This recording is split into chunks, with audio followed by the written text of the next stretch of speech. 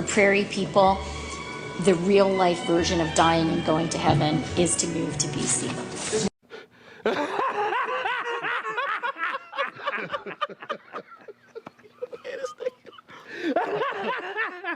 That's funny.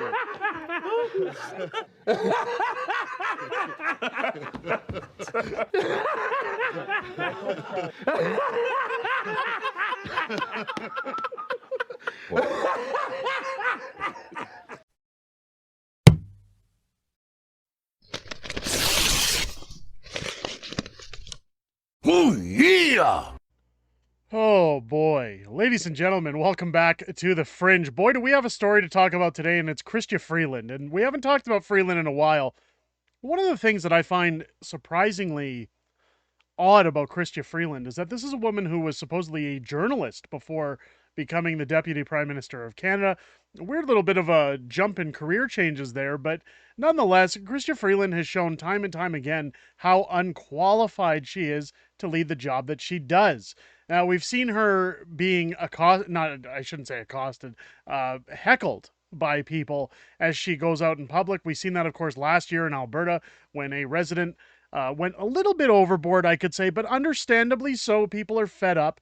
And of course, that resulted in a huge viral video going out. And now this year as well, we've seen Chrystia Freeland being heckled and questioned in regards to affordability, housing, her membership with the World Economic Forum, the country's spending. And boy, do we have more now as Chrystia Freeland's backing down and backpedaling from some of her initial, I guess, movements on where people should be spending their tax dollars. This is the infamous woman who said that you should eat cereal to save money and cancel your Disney Plus. But today it's all about housing. I want to talk about housing because we've talked a lot about how Pierre Poilievre, is running to cut the red tape, to allow homes to be built faster.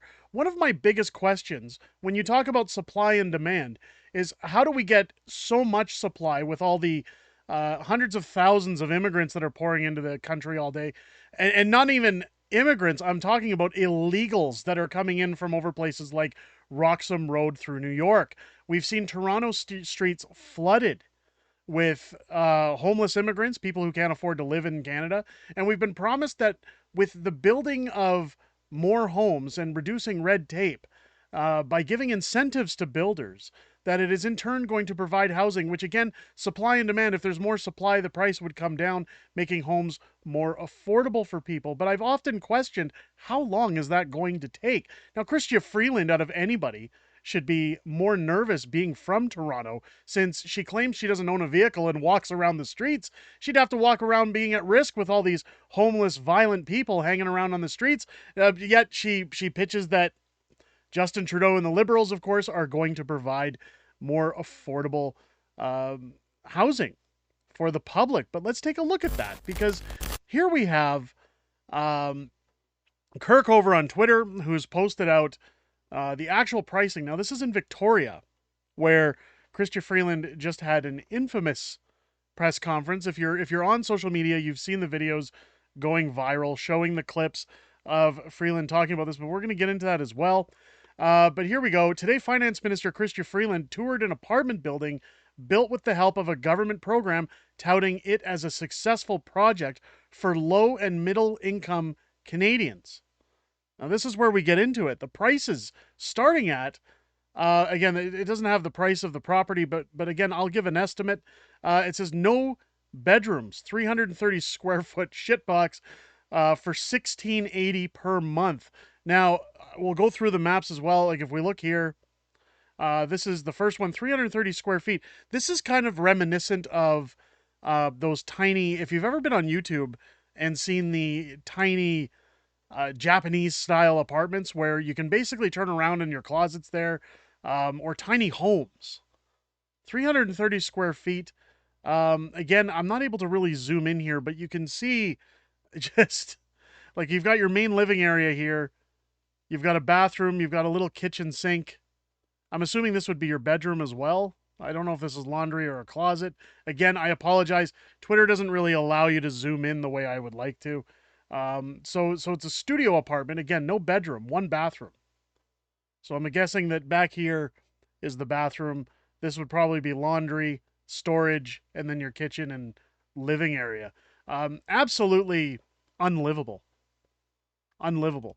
Um, no bedrooms, little bigger, 480 square feet shit box for 1825 plus per month. Now keep in mind with the pluses, this is before you throw in things like add-ons, say wood floors, granite countertops, pot lights. There's all kinds of upgrades when you buy a new home that, of course, the real estate office tries to sell you on. One bedroom, or well, let's take a look. Let's do it by unit. This is the A1 studio, so this is the step up. This is 480 to 482 square feet. Wow, let's get generous there. Of course, you've got the living area here. Again, closet, storage, kitchen area. You can see this one a little more clear. You've got the bathroom over here. Here's the entryway with a closet and then a balcony by the looks of it. 1825 per month. Now, for 1825 per month, um, based on I'm trying to think based on today's interest rates because my wife and I bought a home in 2015 when rates were a little bit lower, and 1825 is roughly what we were paying, and that was for a $400,000 house. So my guess is with today's interest rates, this is sitting around 350,000, maybe slightly less. But again, that's a starting price. Starting price. Oh, keep in mind, it also says 3 available. There's only 3 available. The first one, there is only 1 available. Plan number 3 is a 1-bedroom, 630 square foot for $26.15 per month plus. Only 1 of those are available. In here again, it looks like a rounded balcony. You've got your main living room, a single bedroom, bathroom, laundry, and kitchen area again. So basically, you have a living room and a bedroom. Small condo, 630 square feet. This is your typical condominium. For like the average bachelor, we'll say, or single person. $26.15 per month. So again, at $2,600, this is probably a $400,000 unit.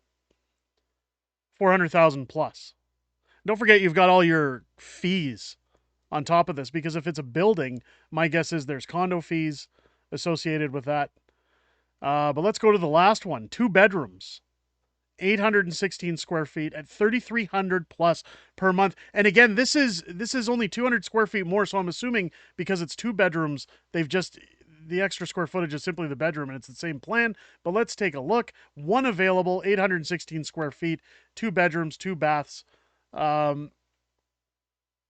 So one of them has an ensuite. The other bathroom is over here off the kitchen. You've got your living area, which is very laughably small, including a little kitchen over here, your storage, and a balcony. Again, 816 square feet at $3,300 a month. This is a $500,000 plus condominium unit. And she said that this was supposed to be a project for low and middle income Canadians. Not only low-income Canadians can afford, not only no low-income Canadians can afford to live there, but an average income earner in Victoria, British Columbia, will have to spend 45% of their tax income to live, or after-tax income, I apologize, to live in a studio. They wouldn't be able to afford a bedroom. To afford 2 bedrooms, a person would have to be a top earner. Again, for a 2-bedroom, we're talking about potentially $500,000. Which means by the threshold that the government approves mortgages on these days, I think it's what, 30%? 30% of your income is allotable to your debt ratio for buying a home. So at $3,300 a month, you'd have to be earning $7,000 to $10,000 a month to qualify comfortably, we'll say. And that roughly translates to 90 to 100,000 plus a year you'd have to be making to get a 2-bedroom condominium in Victoria. It says Freeland is alarmingly disconnected from what is happening in Canada. Couldn't agree more. This is the Liberals financing improvisement of Canadians and that they're bragging about. This is where they're saying, again, supply and demand. Now, when you're looking at these prices, what concerns me again, and I'm going to wait to see it with Pierre.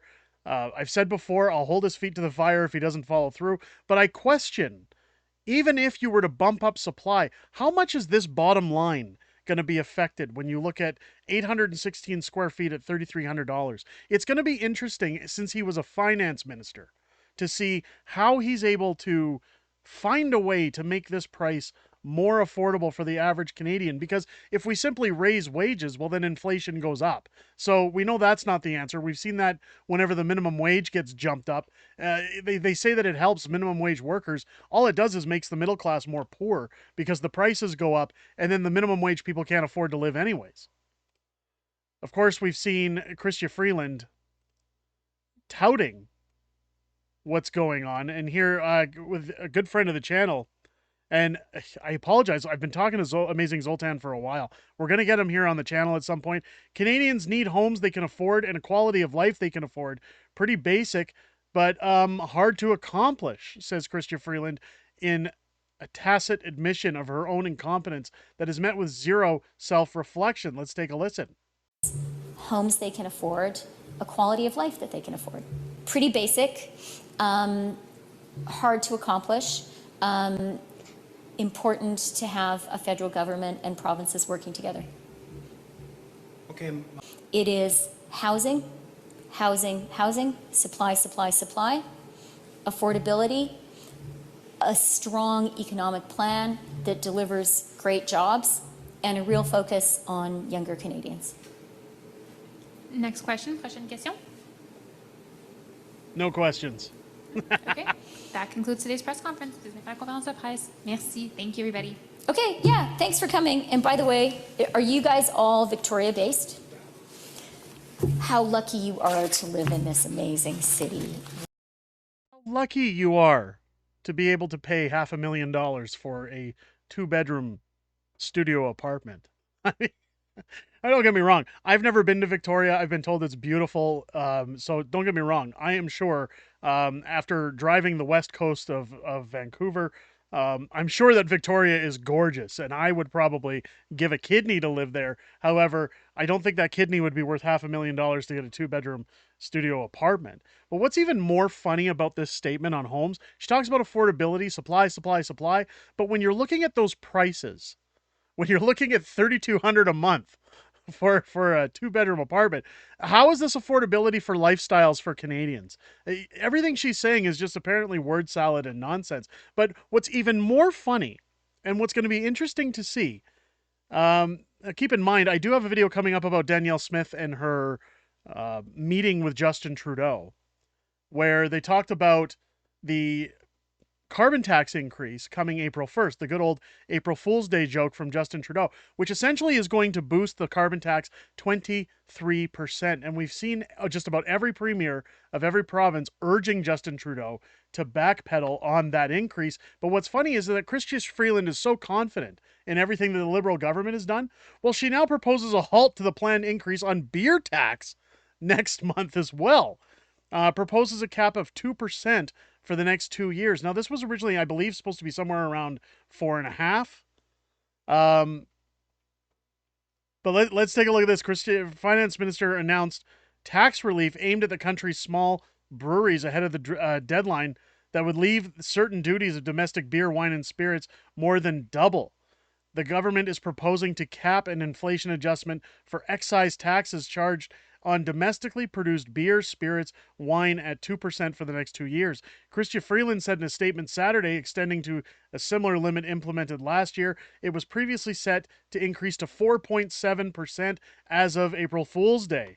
Ottawa will also cut by half the excise duty tax rate for the first 15,000 hectoliters, which is 264,000 cases of beer brewed in Canada for 2 years.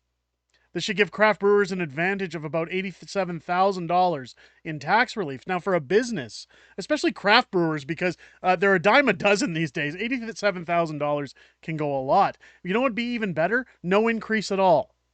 That'd be $170,000. According to the statement, some 94% of Canadian brewers have total production below that level. Again, they're a dime a dozen. Anytime you go to a liquor store now, at least the last time I went into one, which isn't very often, craft beer takes up an entire wall of the store. It's the most colorful section of a liquor store I've ever seen, simply because all the cans look different. They're trying to suck you in that their brand is the better brand. And anytime I go to a barbecue or a get together, somebody's always got some new kind that it seems to be like a topic of just, oh, I got a new craft beer here. Let's try this. Oh, the hops are great. I don't understand the whole craft beer thing. Maybe it's because I'm not a beer drinker. I don't know. I don't get it. I prefer bourbon, but again, I don't drink that maybe once or twice a year. But the last time I checked, these guys are a dime a dozen. The proposed changes will still need to be passed in Parliament. Come after the beer industry lobbied for relief on this front for a second year in a row. Taxpayer groups and restaurant and hospitality associations similarly urged the government to step in to prevent automatic tax hikes designed to rise with inflation, which has increased at a rapid pace in recent years. Well, again, the government printed large sums of money throughout the pandemic, which again is fewer dollars chasing fewer goods. This is what happens. Federal opposition also criticized the so-called escalator tax and called on the government and the Prime Minister Justin Trudeau to stop the tax increase, arguing that it would hurt local producers and lead to higher prices for consumers. Canadians have told the government not to raise alcohol taxes, and it's nice to see the government take a small step in that direction. Federal leader for the Canadian Taxpayer Federation says in a statement on Saturday. What's funny about this, again, is the backpedaling that we've seen premiers again urging Justin Trudeau to come back on his 23% increase on the carbon tax. That is going to dramatically affect what Canadians can afford, especially when you think about everything that the carbon tax affects. Your utilities, your gasoline, your food, products delivered to stores, anything you buy in a store essentially that comes on a truck would be increased in price simply because the carbon tax affects their fuel and logistics rates in order to deliver products to stores. So, of course, I'm not trying to explain this like morons, but when we lay it all out, ladies and gentlemen, this is catastrophic. And with the pressure being put on this government, it's going to be interesting to see what happens. I'm going to hold my breath on the carbon tax cut. I don't think Justin Trudeau is going to do it. My guess, if anything, would be a reduction in terms of the 23%. I guess we'll wait and see. Danielle Smith said it herself. And again, I'll have a video coming up on that one. But the costs just keep rising. I just did my taxes yesterday, ladies and gentlemen. Turns out I owe about $4,000 to the Ukraine. So it's going to be interesting. It's just a little joke. But it's going to be interesting to see what happens this year. Hopefully costs do not rise too much that Canadians that are already struggling struggle even further, and we see more turmoil in the country. But let me know down below what you guys think. Are you moving to Victoria? Can you afford one of these apartments? Do you think that this is a responsible or at least meaningful position or stance that the government has taken? Has Chrystia Freeland lost her mind? Maybe she should go get a couple cases of those beers and think about a few things she's doing in office. Ladies and gentlemen, if it's your first time to the channel, I hope this video has earned your subscription. Make sure as you're hitting that button down below, if you're already subscribed, double check, as YouTube has had a history of lately unsubscribing people, sometimes multiple times a week. So make sure you're still subscribed to the channel. Join us here tomorrow night on the channel because, ladies and gentlemen, the one chip challenge, this is called the Jolo chip last chip challenge. We will be doing this to celebrate our 25,000 subscriber mark here on the channel, and it's going to be a lot of fun. I'm looking forward to it. Just a heads up, this will be the last time I attempt this dastardly chip. I failed miserably the first time, and I've been trying to build up my tolerance since. So we'll see how it goes. One way or another, folks, it's happening. So join us Friday, tomorrow night at 6 p.m. Central. God, what am I saying? 6 p.m. Pacific, 8 p.m. Central here on the channel, where we're going to go over everything that happened this week, everything coming up in the week ahead, some back and forth with the community, and then my execution via Death Chip. It's going to be a great show. I look forward to seeing each and every one of you there, and I hope you guys have a great, fantastic rest of your day. I thank you very much for watching this video. I'll catch you on the next one.